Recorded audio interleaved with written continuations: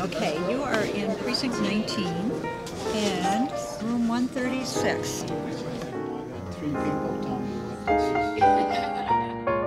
We do not want any constitutional amendments which take away the rights of citizens in this country. He said, the first time I voted, he said, Mom, I cried. He said, Is this your first precinct caucus? Yeah, it was, because this is the first time that I'm going to be able to vote. It is this November, so I'm really excited.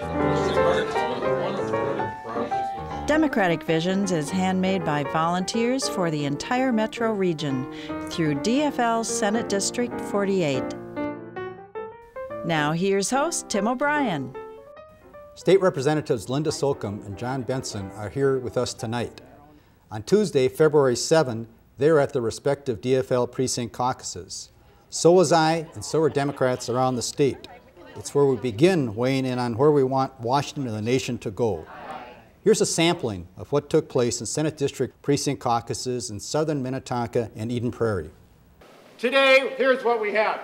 23 straight months of private sector job growth. We're making 1 million more cars in America today because of the president's leadership. Yeah. I'm here to ask people to vote no to any constitutional amendment that restricts human rights or revitalizing our economy to reducing our Doula care is highly beneficial for all women who desire it. Is this your first precinct caucus? Yeah, it was, because this is the first time that I'm going to be able to vote. It is this November, so I'm really excited for it. This was my first one I go to, and it was amazing. I liked all the setups and the way they are doing things here.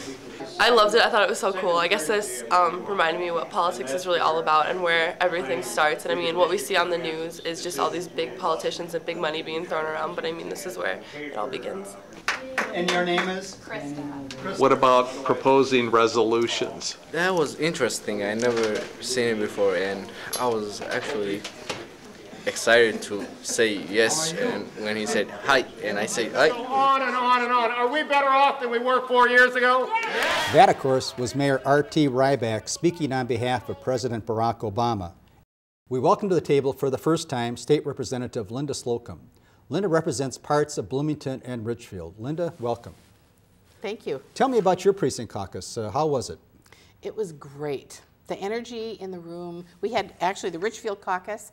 We had one room, and we had all these different caucuses, made listening and hearing kind of difficult, but the energy in the room was amazing. So what were the hot issues that bubbled up into resolutions? The amendments, the short-circuiting that the Republicans are doing to the legislative process by putting something up for a constitutional amendment vote. And basically, the resolution said, just vote no on all of it. But there was a lot of feeling also with that. Now, I, for one, hope that there's a big pushback from the voters relative to the Republican majority and how they put the state in a vice lock last summer. I guess we'll see in the upcoming elections, but when you see how the legislature is viewed in general, it seems to me that the governor was on the right side of that equation. He certainly was. He was, I think, very brave and very, he's like the perfect person for the job. Representative John Benson has been very ably representing parts of Plymouth and Minnetonka. John is in the middle of his third term. John, welcome back to Democratic Visions. Thank you. John, you took the pulse of your constituents at Senate District 43 precinct caucuses. What is the pulse, up or down?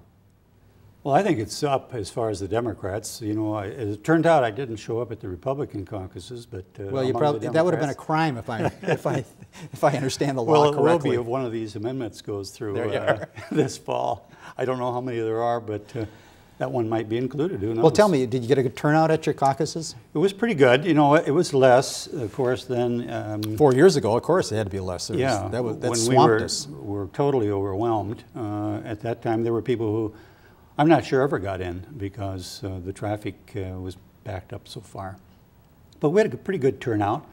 And, you know, like most Minnesotans, people are interested in the issues concerning the economy and getting jobs. We do have a good report on that. Minnesota is doing a lot better than most other states. It's going to be a banner year for Democrats, I can tell you that, going forward. You think so? Yeah, the economy's picking up. I think we're going to ride that right back into control? Well, you know, people, they elect people to go to office to take care of these problems. And that's, if they don't seem to be able to do it, then they start looking for somebody else. Democracies only work when people become engaged and become good citizens. And being a good citizen means you know the issues, you find out who the candidates are, you confront them, and instruct them as to what you think our state should be.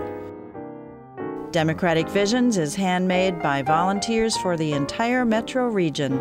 Through DFL Senate District 48, Lori Prairie, Chair.